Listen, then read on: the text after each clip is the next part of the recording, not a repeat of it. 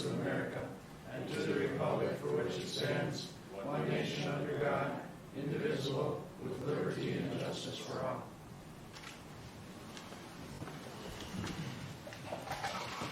Good morning, everyone.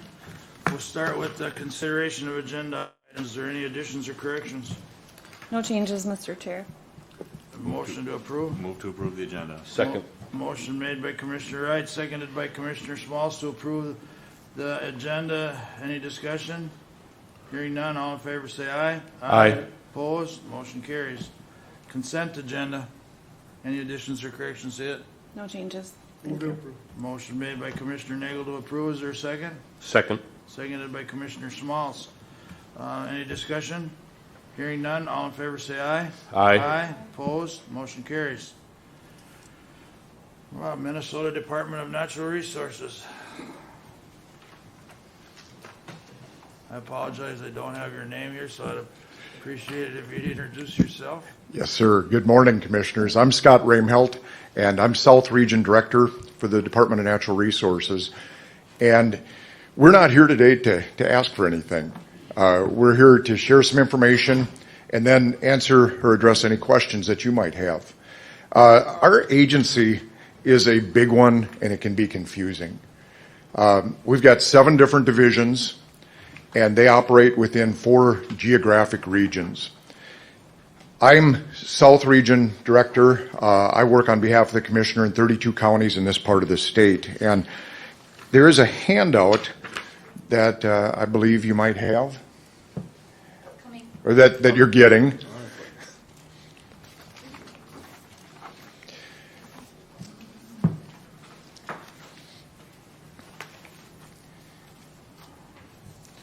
And this it breaks down some information. It lists our 7 divisions.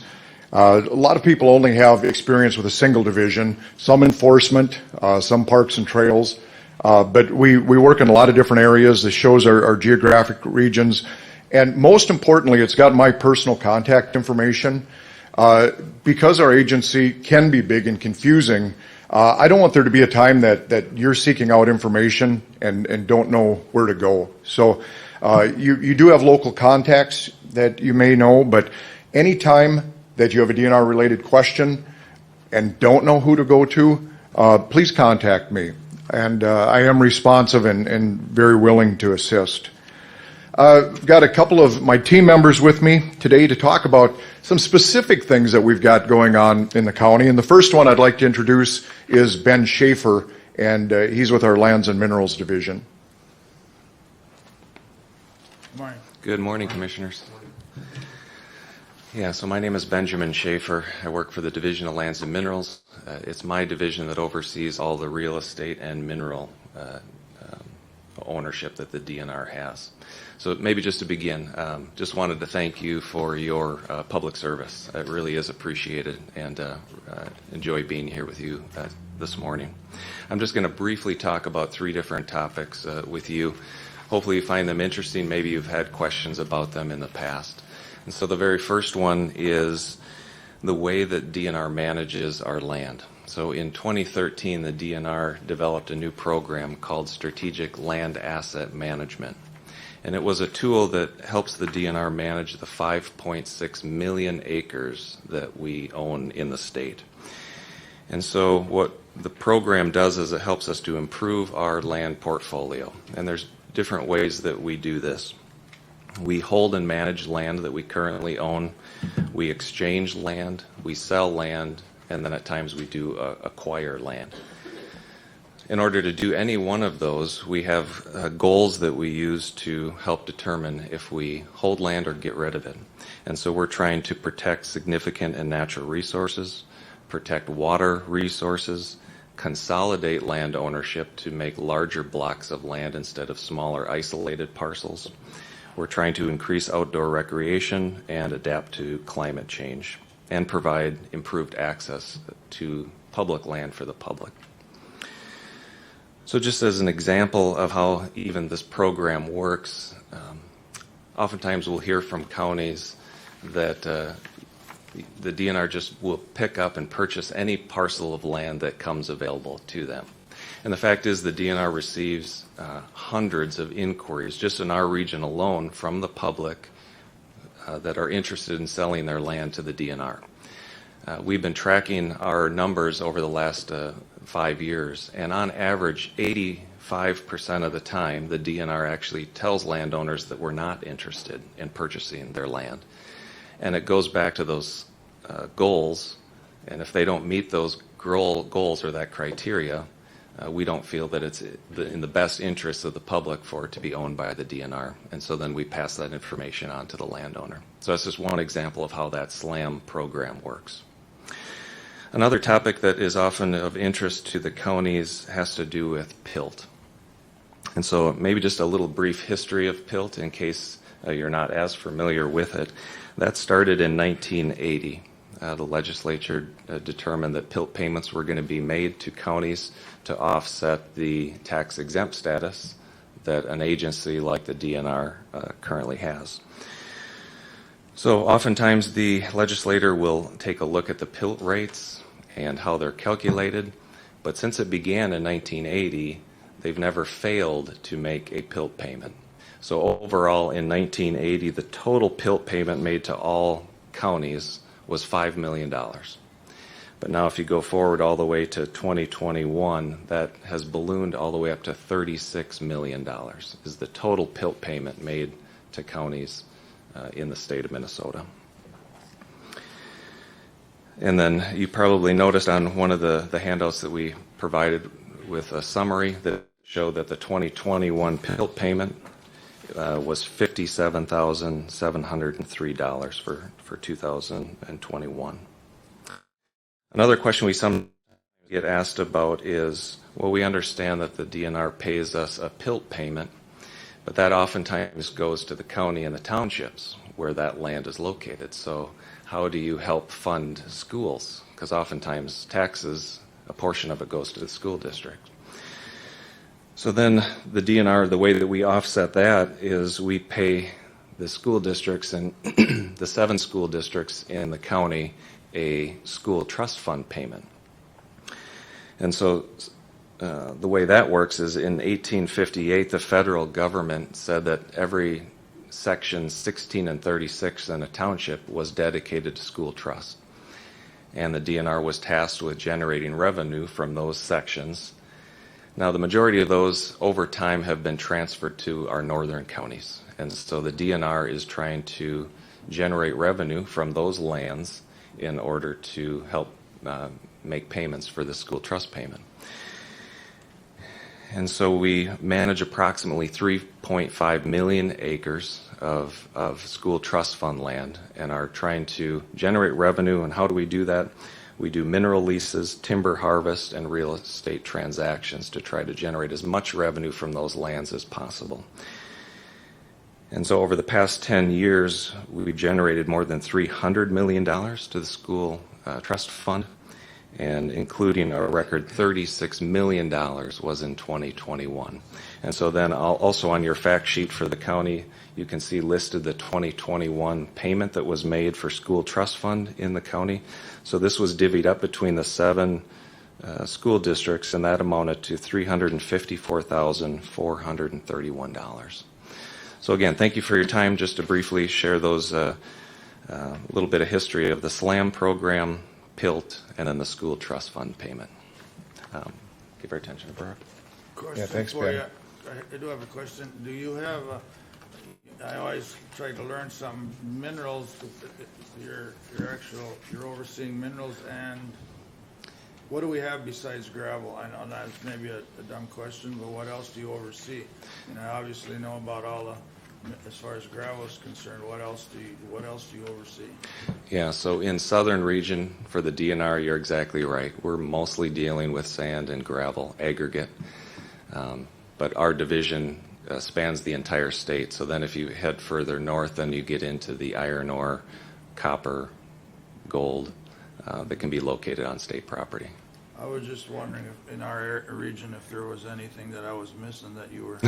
I know there's tons of gravel pits, and I know through our permitting that what we have to do to permit them, and what the owners have to do to put them back to their natural state or whatever Right, it is. with And they're more restoration. than likely close to a river, so, understand. Thank you. Yeah, very good. Thank you. Mr. Chair, Go ahead. and this is a question for Ben. Thanks for coming in today, Ben. When I have discussion with, let's say, fellow commissioners more from, north of us, PILT comes up rather often. And why is that? Can you give us a little bit of a primer on the PILT, the payment? I believe the discussion usually centers around, just they don't feel they're getting enough reimbursement through PILT. So can you kind of educate us here as Southern Minnesota commissioners on how that works? Yes, and that's a great question, Commissioner. We don't field those questions as often in the southern part of the state as those are questions that come up in the northern part of the state of Minnesota. And oftentimes that has to do with the amount of land the DNR owns. And so in southern region, we average about 1 to 3% ownership in a specific county. So McLeod County, we're at, I think, less than 1% ownership by the DNR. In northern counties, we have some counties where when you add in federal and state land, you can be in the high 80s. 80% of the land is owned by the state or the feds. And so that does get to be a lot of a good percentage. And so some counties have expressed concern with probably not as much about the actual PILT payment as the amount of land that's actually owned and that is kind of out of private ownership. Because in 2010, the Office of the Legislative Auditor concluded that PILT payments made on DNR lands were generally higher than if they were paid on private lands. So that rate that PILT is calculated on is oftentimes higher than if you or I were to own the land and be paying taxes on it. And part of the reason with that is the Department of Revenue allows for individuals like you or myself to get a homestead credit on a certain amount of dollar of ownership of land. And so that really brings the rate down where PILT payments are made kind of across the board. We don't get a cut for the first so many million acres that we own. So hopefully that helps a little bit, but the auditor did find that the payments that DNR pays for PILT are generally higher than if they were held privately. Thanks for that information, Ben, and then I'll follow up. Are the PILT payments, are they calculated on a per county basis, or are they a state calculation? How are they coming up with what the payment will be? Yeah, that's a good question, Commissioner. So the way PILT works, it is on a per county basis. So the DNR every year provides the total acres that we own in the county to your county auditor treasurer. And your auditor treasurer confirms that those acres match. And then the state has the calculation. So the calculation is the same across every county. But what's different is the amount of acres that are owned in each county. So then they do the calculation. And then sometime in the late spring, the actual payment is calculated, and then a payment is made to your auditor treasurer. So they receive a lump sum payment, oftentimes electronically, and then they're responsible for divvying that up according to statute as to how much goes to the county, how much is divvied out to the townships where that land is actually located. And thanks, Mr. Chair, and I'll follow up with my last question. So the PILT payment itself, is it set by state legislature? If these counties are desiring a change, where do they go? Yes, the state legislature is the one that sets the PILT, has the PILT law under their purview, and they also set the rates. Yes. Okay, thank you. Thank you. And that's in the budget setting that the legislature does for each department, correct? So they put in their budget for DNR X number of dollars for PILT, and you aren't free to go above or below that, correct? I'm not sure how the budgeting for PILT is handled. Thank you. Yeah, apologize for that. And that's fine, and I do also appreciate you being here, but that, I didn't go, that question for Pilt was on the tip of my tongue before as well, but we can be here all day. We had some time, but I don't know if I want to be here all day. But my biggest issue with Pilt is you're right. When the land is actually acquired, the Pilt payments are set pretty good. But if you come back 6 or 7 years later, other different than a homeowner or a farm owner, the land values slide down. So it's hard for commissioners to obviously work on their budgets because we are actually losing tax-paying, prime farmland, tax-paying acreage. But I found over the years that there's an economic value. I mean, we're right outside of the metropolitan area, so we are starting to, through Pheasants Forever, whether you like it or don't, but they're developing wildlife. The DNR is working, so we've got some pretty good hunting and wildlife areas. So I would encourage the legislature and the DNR and all that we, find a happy medium to hold the value, because you can go, it's a fact that you can go into acquired land and look at it, bought at, let's just call it $10,000 an acre. And the Pilt payments are good for the first 5 or 6 years, but then the land is no longer prime farmland, so it drops in value, which makes us tax the people that are still farming higher on their property. Just a point of interest, but I am starting to see, I wasn't always on the right page for that, maybe, if right was my word, but I mean, now we've got some good hunting areas here that we're gonna probably have to look at and look at as an economic, plus for McLeod County to come out and hunt or do whatever. But just a point of, we could talk about Pilt all day, I know, but that is always the questions or grumblings that I get, that the numbers fall off, because you're right on the initial numbers, but after a while, it changes down where, I'm sure maybe you do, maybe you don't, that farmland can change. You can buy a farm for $5,000 an acre, but when the recent sales, you'll be paying taxes on $10,000 an acre because of the system, and the state land doesn't do the same thing. And I have land in Cass County, and that's a whole different thing. You're absolutely right. When you go up north, it's totally different, and your legislators and your elected officials there look at it 100% different than we do out here in farm country. Mm-hmm. And you're right, Commissioner. The way Pilt works is, at the time that the DNR purchases the property, Pilt is calculated on the sale price or the estimated market value, whichever is higher for that first period. And then after 5 years, we go into the exempt status. So then we're held to whatever value the assessor office puts on our specific property.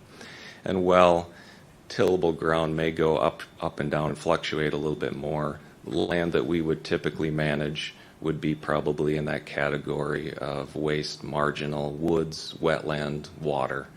And those don't fluctuate as much, but we have seen an uptick in even those values as more individuals are interested in purchasing those type of properties. So now you're starting to see sales of marginal land continuing to go up, and DNR would pay the rate based on whatever the assessor's office values our property. So, good point. You're right, too. It's the assessor's ball field as well, but, it's nice to be consistent. One county can't go off another county. I think I only bring it up so that we should all keep looking at it, because that's going to be the challenge on there is a demand. I mean, I've bought some myself and some conservation land, and there's a demand for that.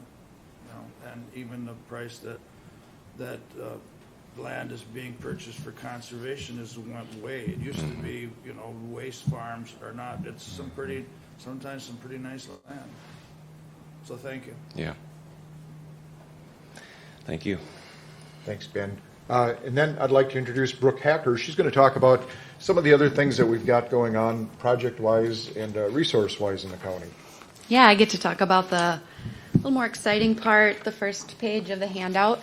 So I'm going to talk about some of the exciting natural resources, outdoor opportunities that we partner with, some of the work we're involved in, and then maybe some of the challenges, but yet we can look at them as opportunities too. And I kind of get more into the pictures on top as I go through. And I know, like, one of you are quite involved with Ward Lake. If you can see, we got the drone image of a new structure that just went in. So thank you for that partnership and that successful project. Okay, so overall, there are 23 wildlife management areas the DNR owns and manages, 340 acres for walk-in access. That's 4 different sites with that partnership with private landowners that allow more hunting on their land during that fall period of time. We have 4 aquatic management areas, 12 public water accesses, 5 fishing piers. As you know, the trails are quite popular in the area too. For the Loose Line State Trail, there's 27.5 miles. Not all of it's paved, but some of it's paved, and so that can be used, in the winter for snowmobiling or snowshoeing, summer for biking, hiking. There's accessibility too on those trails. 162 miles of grant and aid snowmobile trails. And in Hutchinson, we have a large co-located office off Highway 7. We have 14 full-time staff, 7 seasonal staff. When Scott started, he talked about the 7 different divisions that we have in the DNR. So as you're probably familiar with, you're going to find ecological and water resources there. You're going to find fisheries there. Forestry is there. And possibly one more too that I'm not thinking of. Oh, Parks and Trails is based out of there too. And also there's the Crow River State Trail is a feature in this county too. The box just below is basically what Ben went over with PILT, so I won't get into that, but those are the numbers from 2020 or 2021. Kind of some exciting news if you're familiar with Lake Marion, if you fish there. I know that County Board is county fair is going on right now, and we're helping get display together for that on the DNR, and we decided to put out some more maps for lakes like Lake Marion that has the bathymetry maps or kind of the topography of the bottom of the lake, and so we're finding more people that just maybe don't have expensive fishing boats and all the gear, but maybe they have a kayak and they can have a map in their phone, use things like Lake Finder and go out and explore these great areas. So Lake Marion has an exceptionally high walleye abundance, and they're going to start a study to look at the genetics there because it's this lower Mississippi strain. We're seeing greater survival, fitness, natural reproduction.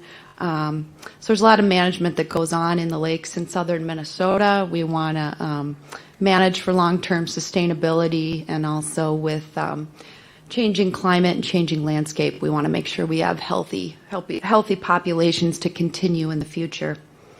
I kind of mentioned the Loose Line State Trail. There's also the Dakota Rail that are quite popular for many different activities. Just enjoy the partnerships in the past with things like floodplain mapping. There's a county geologic atlas that is finished. There's a lot of coordination with soil and water conservation districts and possibly districts too for monitoring groundwater levels. So that's a good partnership with the DNR so we can understand long-term trends of observation wells. Just mentioned too the Ward Lake outlet structure, Eagle Lake. Many different partners get involved in those, and including the county. We do have some great staff in Hutchinson that are involved in local outreach events for, I think it's some of the best in our region with Scott McAtoon and Hannah Anima. They do an amazing job with going out and introducing young kids to our fishing resources and other activities in the outdoors. So we're lucky to have those staff around. Also with aquatic invasive species, the county gets $75,000 a year for prevention for that. And so we have an AIS, Aquatic Invasive Species Specialist in Hutchinson too. So if there's ever interest in kind of additional coordination on how to work together to prevent that so we can continue having these quality resources. We're very welcome to any any discussions with your staff about that. Just some of the species, you don't have too many of concern, but curly leaf pondweed, there's also non-native Phragmites that are monitored and managed in this area. I just want to give a shout out to your work with watershed planning too, both South Fork of the Crow and the lower Mississippi, the lower Minnesota West. I know that one's out for public review right now, so thank you very much. That is a huge undertaking. Before I became planner working with Scott, I was working for 10 years as a clean water specialist. So we worked on a lot of different watershed plans. I monitored rivers throughout southern Minnesota. I know there's a lot of concerns with erosion and with flooding and, watershed management in general. And it takes a lot of work and it takes a lot of conversations. So thank you for your time with that. I think that, from what I've heard from Gary Bennett, the area hydrologist, is that there might be some possibilities after many years with the Bakers Lake outlet, now through One Watershed, One Plan, of kind of coming up with a solution that everybody might be okay with. And I think that's important that we can look into those kind of opportunities. As we know, we have, some people live upstream, some people live downstream, and the water is always a challenge, and it takes a lot of coordination. But we want to work together to improve the health of our watersheds. And then the last thing I want to just mention, too, is related to habitat. And I think, Commissioner Kruger, you brought it up. People do value that. And we want to try to make connected habitats, not just have the fragmented habitats. This is a very important area for migrating birds. We have seen declines in pollinators and grassland birds, too. So if there are ways that we can create connected habitats within floodplains and with other natural areas, we'd like to continue to work together to do that. And that's what I have. If anybody has questions, we can discuss specific projects or items. I don't necessarily have a question, but comment. Again, thanks for coming today, but I know there's the Indian Lake thing is going on in Sibley County right now as well. And on the lower Minnesota, I sit on that one and the North Fork. Paul's working with the new one here on the South Fork. And obviously the funding is the big plus to be at the table. And you mentioned Bakers Lake. We're actually kind of excited down there to finally, to be able to work together. And I will commend some of your staff. Over the years, I'm the old guy on this, but I remember all the challenges that we went through with landowners, and I'm from that area, so I know the progress has been made. But I will say it's due to for you guys to have a staff that works well with us as well. So I thank you for that, and I hope I live long enough to see some of that stuff on Bakers Lake. It's God's natural water holding area. If we can make that work again a little better, we'll take care of a lot of people's problems. So thank you. Thank you. I'll just piggyback on what Doug said about your staff. Programs are what they are, but it all comes down to the people that are administrating them and working with the public. And the ones I'm familiar with, Tim Koppelman, Gary Bennett, Christy Rice, great people to work with. They're all, there's a time where you have to say no, but they really do their job to listen to people and try and work with our efforts community-wise. So Thank you. Just like Doug has said, thanks for putting good people in the ground for us. So. Anything else? Thanks. And thank you, Commissioners. I place a strong emphasis on my team with listening, because I think the more we listen, the better we can work together. The other thing is early communication, trying to get out ahead of issues before they become big issues. And I would just invite you again that if you've got questions, concerns, anything like that, feel free to contact me and be happy to help try to work through those. And appreciate all the time this morning. You're welcome. Thank you. Thank you. Employee relations, Hannah. You guys have a great day. Good morning. Good morning. We just have one item this morning. Item A Consider approving a decrease of 1 full-time case aides hours from 40 hours a week to 28 hours a week. This change would be reevaluated in 6 months if approved today. Mr. Chair, Go ahead. I think it's important that the Personnel Committee know that, as we do all, vetted this, but the question I had, and I guess be cautiously blunt, was to make sure that the county was in control of whether the hours increased versus the employee. And I know that sounds maybe a little obvious, but sometimes, that I wanted to make sure the employee knew that if the 28 hours worked, that's where we'd stay at. And that, is that fair, Hannah? Yep, Okay, all yep. right. That was a concern that I had with this, as we move through it. So, but understanding that and being comfortable with it, I'll move to approve. Motion made by Commissioner Nagel to approve. Is there a second? Second. Seconded by Commissioner Wright. Any discussion? I on personnel as well, and I followed the messages going along, and I'm glad that Joe, Commissioner Nagel, brought that up, because it may be obvious to him, but it wasn't quite clear to me, and that helped me as well. So, any other questions from the board? Hearing none, all in favor say aye. Aye. Aye. Opposed? Motion carries. Thank you. Thank you, Anna. Where are we at on time? Can we get into the public hearing yet? No, Mr. Chair, we have 15 minutes left, or 14 until the public hearing. So if you want to move on to the review of the commissioners' calendars and then county administration if we get that far. Okay, let's just keep it in a row. We'll skip over that and come back, but we'll start with the administration and the reviewing of the calendars. Paul, you get to, Commissioner Luthens is out this week, so you can start. All right, I'll kick it off with, on the 2nd of August, our workshop after a county board meeting. On the 9th, department head meeting.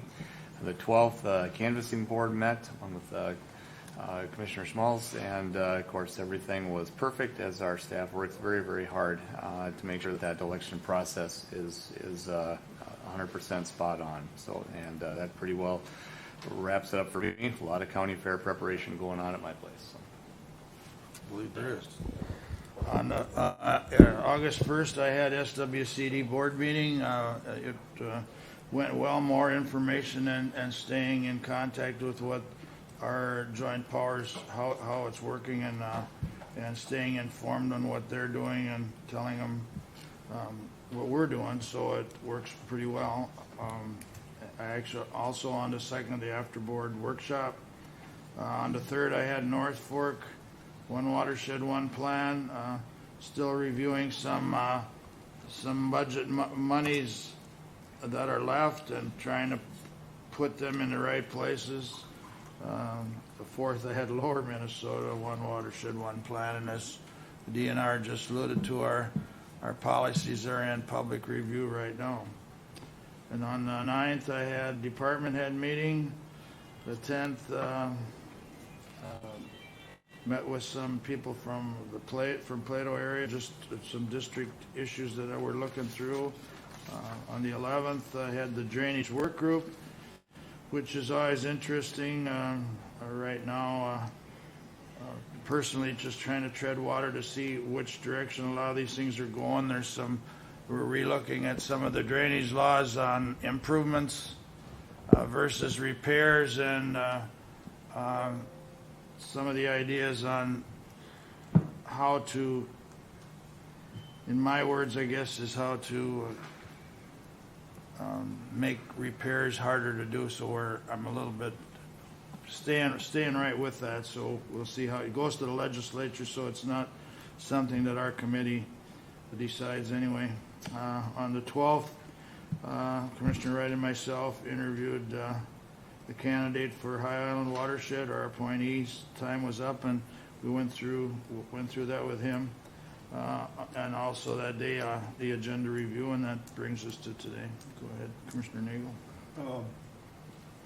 Along with the personnel-related conversations that consistently happen, had a health insurance meeting, the Joint Powers Board with Sibley County, and discussed a variety of things that will be coming forward to the board, probably through the budget committee, as we work regarding our benefits package. And then, other than that, the only thing notable, I was at the Fair Board meeting last night, and they're putting it together, and should be pretty exciting, and I hope everybody can stop out and see the attractions that they're bringing in. So I think it'll be, if we get a little good weather, I think it's going to be a heck of a fair. Okay, thanks, Commissioner Nagel. Since our last county board meeting, as Commissioner Wright stated, we had a workshop on the 2nd of August, and then bringing me into last week on Monday the 8th, Public Works Director Brunkhorst and myself, along with representatives from Bergen Township, had a meeting at our HATS facility, and what we're working on is carrying out an agreement, a turn-back agreement pertaining to County Road 84, pertains to a section of Babcock Avenue, which lies just south of Lester Prairie. So we're in discussions on that, trying to make the right decisions moving forward, and we are on a timeline. I believe that we need to complete discussions prior to April of this coming spring. So those discussions will continue. And then, as Commissioner Nagel stated, we had the McLeod Sibley Health Insurance meeting on Thursday the 11th. And as Commissioner Wright stated, I was part of the canvassing board as well that occurred on Friday the 12th. And again, complimentary, as Commissioner Wright stated, to staff and how they handled our primary elections, and explain the checks and balances that are in place to make sure that we have a secure election process in place. Thank you, Mr. Chair. Mr. Young, do you have anything? Nope. Thank you. Sheila? I just want to add that at the fair on Friday from 3 p.m. to 6 p.m., we're having an open house to gather feedback and input for our county parks. So we are still completing our county park survey. You can find that online. It's linked from our website or from Facebook. You can call us if you want to talk about how to take that if you don't have access to the internet. But we'd love to see you at the county fair. It's free admission this year. Come and see us in our booth in the commercial building and take our survey or just have some popcorn on Friday from 3 to 6 p.m. That's all I have. Thank you. Thank you. Do we want to go ahead and just move? We've got 10 minutes, so we can go ahead and... Thank you. Item A, consider reappointing Kevin Miller to the High Island Watershed District Board of Managers for a 3-year term beginning on September 1, 2022, expiring on August 31st, 2025. Move to reappoint Kevin Miller. Second. Motion made by Commissioner Wright and seconded by Commissioner Nagel to reappoint. Any discussion? As noted in the agenda or in the packet, Commissioner Wright and myself reviewed him, and all I wanted to say is he was good when we first appointed him, and he's even better now than the Highline Board is I think lucky to have him. So, any other discussion? Hearing none, all in favor say aye. Aye. Opposed, motion carries. Thank you. Item B, consider approving the payroll disbursement policy to ensure that internal controls are in place for accurate financial reporting of the payroll process with the implementation of the new payroll system. This is an item that helps us meet requirements noted on our county audit and will help us perform better in our audit process, and also outlines all of the processes that are needed and controls are needed for our payroll disbursement as we changed into that new payroll system. Move to approve. Motion made by Commissioner Nagel to approve. Is there a second? Second. Seconded by Commissioner Smalls. Any discussion? Hearing none, we'll proceed to vote. All in favor say aye. Aye. Opposed? Motion carries. Item C, notification of McLeod Drainage Authority and McLeod Wright Joint Drainage Authority informational landowners meeting on the redetermination of benefits of County Ditch 11 and Joint Ditch 11. There will be a presentation by the viewers at 9 o'clock a.m. Tuesday, August 30th, 2022, here in the Martin McLeod Boardroom, McLeod County Government Center, 520 Chandler Avenue North, Glencoe, Minnesota. Item D, notification of McLeod Drainage Authority, public hearing on the engineer's repair report of County Ditch 5 and the response to DNR comments on reestablishment of records on County Ditches 5, 13, and 29. The Drainage Authority will hear public comment regarding the engineer's repair report and the response to DNR comments on reestablishment of records at 9:00 a.m. Wednesday, August 31st, 2022, in the Martin McLeod Boardroom, McLeod County Government Center, 520 Chandler Avenue North, Glencoe, Minnesota. And just to note, of course, we're referring to Minnesota Department of Natural Resources with DNR. Item E, notification of McLeod Drainage Authority public hearing on the final acceptance of the engineer's repair report of the drainage system of County Ditch 63. The Drainage Authority will accept public comment regarding the final acceptance of the engineer's repair report at 11:00 a.m. Wednesday, August 31st, 2022, here in the Martin McLeod County Boardroom, McLeod County Government Center, 520 Chandler Avenue North, Glencoe, Minnesota. Item F, notification of McLeod Drainage Authority and McLeod Wright Joint Drainage Authority public hearing on the redetermination of benefits of County Ditch 11 and Joint Ditch 11. The Drainage Authority will accept public comment regarding the redetermination of benefits at 9:00 a.m. Monday, September 19th, 2022, here in the Martin McLeod Boardroom, McLeod County Government Center, 520 Chandler Avenue North, Glencoe, Minnesota. And finally, item G, notification of board workshop following the board meeting on Tuesday, September 6, 2022, at the McLeod County Government Center, again here at 520 Chandler Avenue North, Glencoe, Minnesota. And that leaves us with 4 minutes until public hearing. Thank you, Sheila. I just want to highlight, if you notice, there's a number of ditch stuff coming up here. We've been working on it for a couple of years, and some things are finally coming to fruition, and I just encourage people the window is short. I mean, crops are up, and now the windows are short to get this work done, and obviously the work is expensive, so I would encourage everybody to do their due diligence or their homework on their, if they have different benefits, that they come and address this, because we have a good staff that are willing to address these problems. And it's always a lot easier to get it done at these hearings than at the 11th hour or when we're working on them. So I'd encourage, and there is no good dates. I realize it's farming time as well, but no matter which date we pick, it's not good for everyone. So try to make your time and show up. Mr. Chair? Go ahead. I would just note that on County Ditch 11 and Joint Ditch 11, in the redetermination of benefits, additional benefits for County Ditch 11 were found in an adjoining county. So just to alert you to that, so we very well may have to create a joint ditch board for County Ditch 11. And if after the redetermination of benefits on those two systems is completed, there is interest in combining those systems, the time would be once the redetermination of benefits has been completed. So what you're seeing is when we're doing these redetermination of benefits, we are getting in lands that weren't previously assessed, and so we're getting into other counties.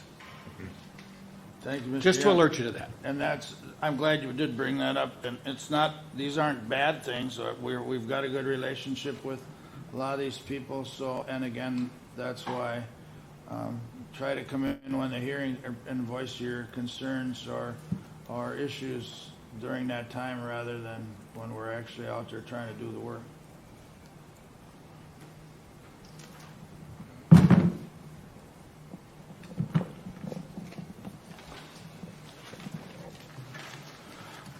I think we can go ahead and start, Connie. Okay, good morning. Good morning. Since it was a continuation, do we have to reopen it? Yes. Move to open the public hearing. Motion made by Commissioner Nagel to open the public hearing. Is there a second?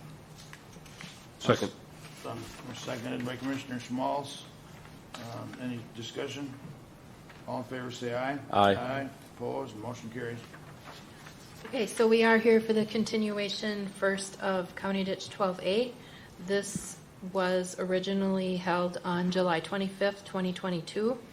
And I did want to make note for the board that there was question at the time because we had a different set of viewers when the actual determination and redeterminations were previously. So 12A was originally determined in 1906, and then it was redetermined again in 1966. 19 what? 66. Thank you. And then with that, I'll let you, Doug, take over. So, Unless you wanted Mike to state the purpose. well, yeah, state the purpose so I can set my agenda here. Well, this is for you to approve the findings in order, if that's what you wish to do. Finding that the total benefits are $8,544,564.87. That the damages are $120,021.90 as printed on Exhibit A. That the buffer strip acquisition date will be effective 5/1/23. That's a permanent strip of vegetation shall be seeded no later than 5/1/23. That the total assessment to the newly benefited, based on the new benefits listed on the Bureau reports, is $185,132.15, which shall be assessed over a 10-year term at an interest rate of 3%. So that's based on the presentations that were made in your recommendations at the July 25th meeting. And I do remember now, so it's good to add in the initial redetermination was in 06 and redone in 66, so there's relatively. Well, the initial determination was in 06. There was a redetermination in 66. And then this one in here. So what I'm trying to point out is it's been, 50 some years since it was redetermined. So with that, is there a motion to approve the findings and orders of the redetermination of benefits and damages for County Ditch 12A? Just one quick question. Has Go there ahead. been any landowner concerns that have come forward prior to this? I have not received any since the July 25th meeting. And that was the only question that I actually feel. Nobody got a hold of us, and that was the only question is when it was initially done. That was asked that time. So at the 25th meeting, so. Okay, I'll make a motion to approve. Motion made by Commissioner Wright to approve the findings. Is there a second? Second. Seconded by Commissioner Nagel. Any more discussion? Hearing none, all in favor say aye. Aye. Aye. Opposed, motion carries.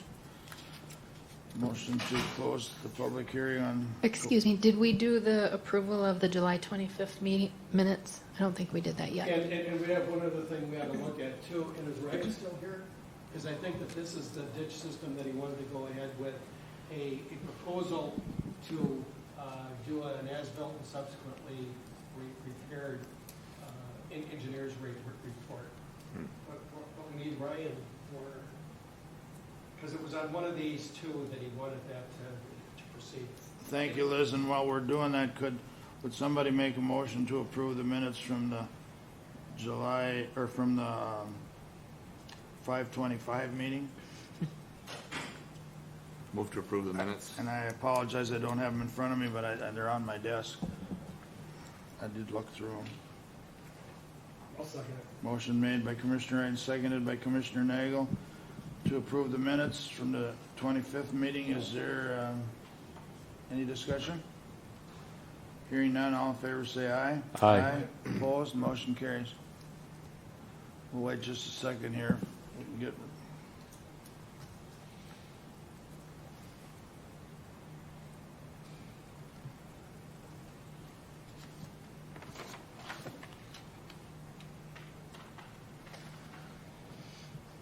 While we're waiting for Ryan, Coney, do you happen to have any hard copies from for ditch 28? Anything there?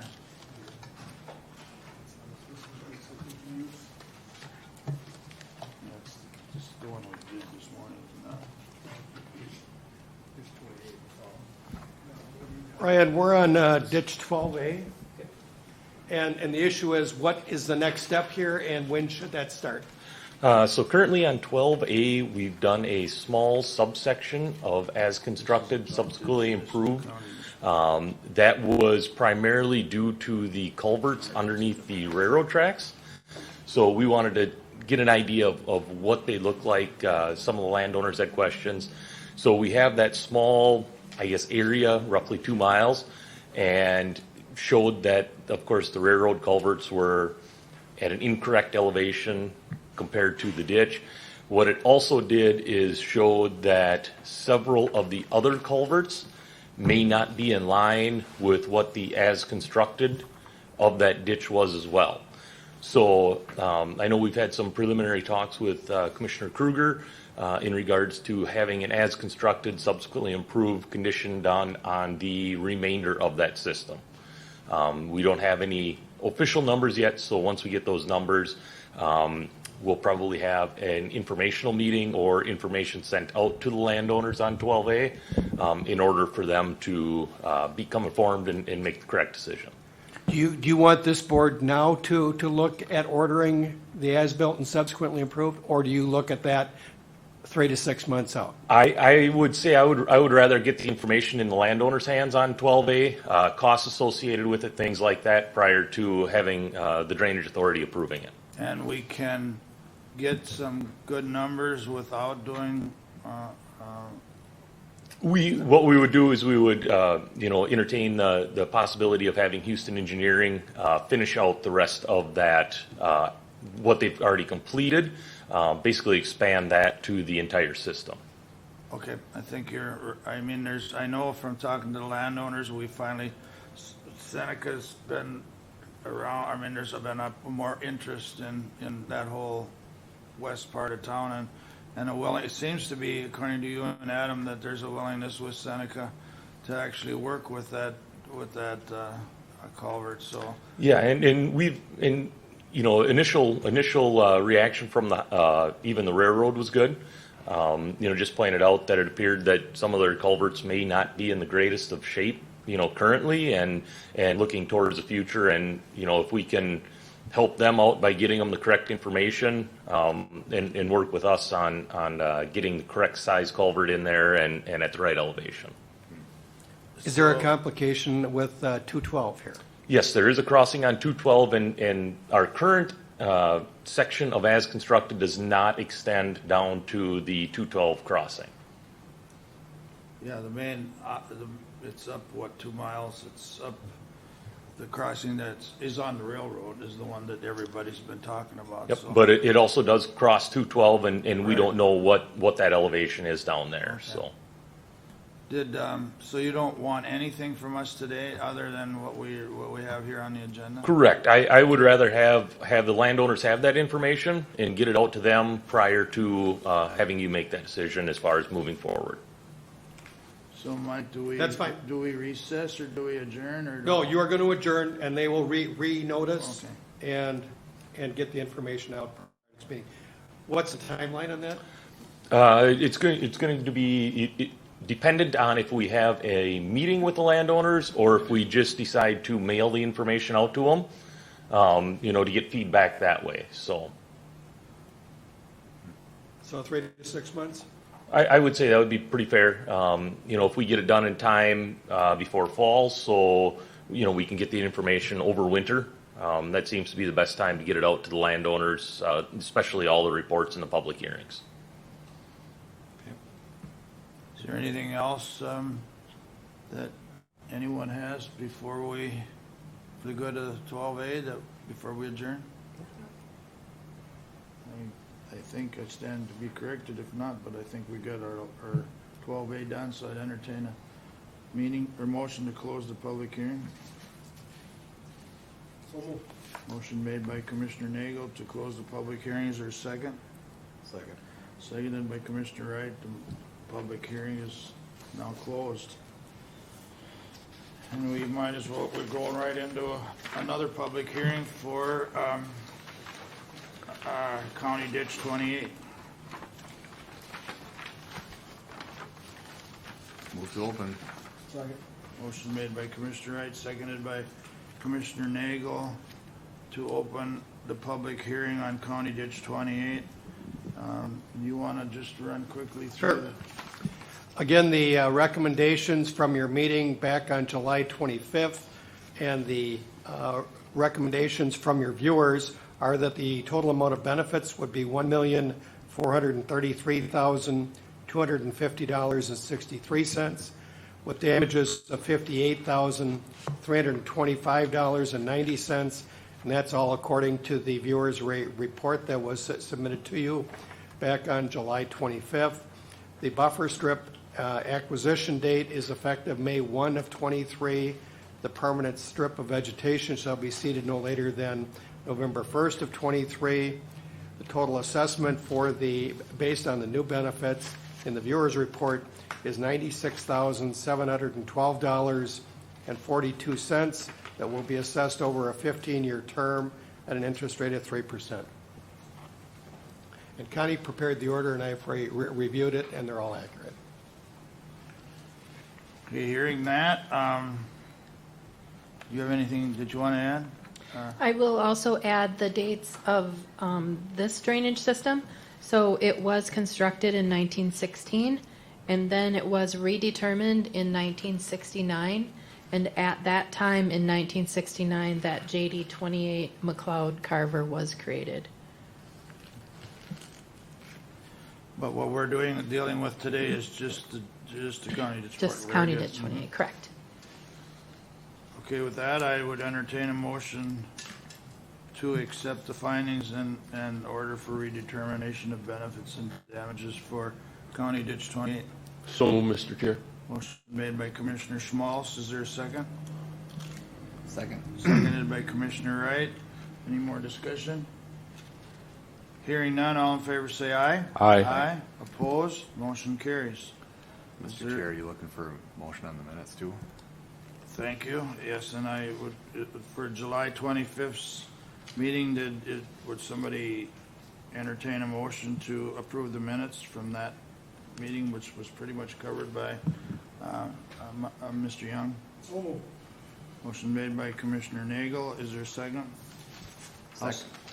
Seconded by Commissioner Wright. Any discussion? Hearing none, all in favor say aye. Aye. Opposed? Motion carries. Minutes are approved. Motion made by Commissioner Nagel to close the public hearing. Second. Seconded by Commissioner Schmalz. All in favor say aye. Aye. Aye.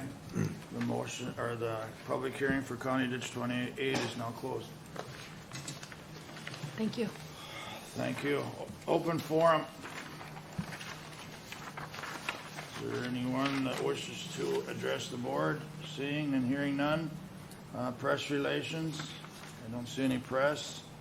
I would entertain a motion to recess the McLeod County Board of Commissioners meeting until 9 a.m. Tuesday, September 6, 2022, here at the Government Center at 520 Chandler Avenue North in Glencoe. Second. Made Commissioner Nagel, seconded by Commissioner Schmalz to recess.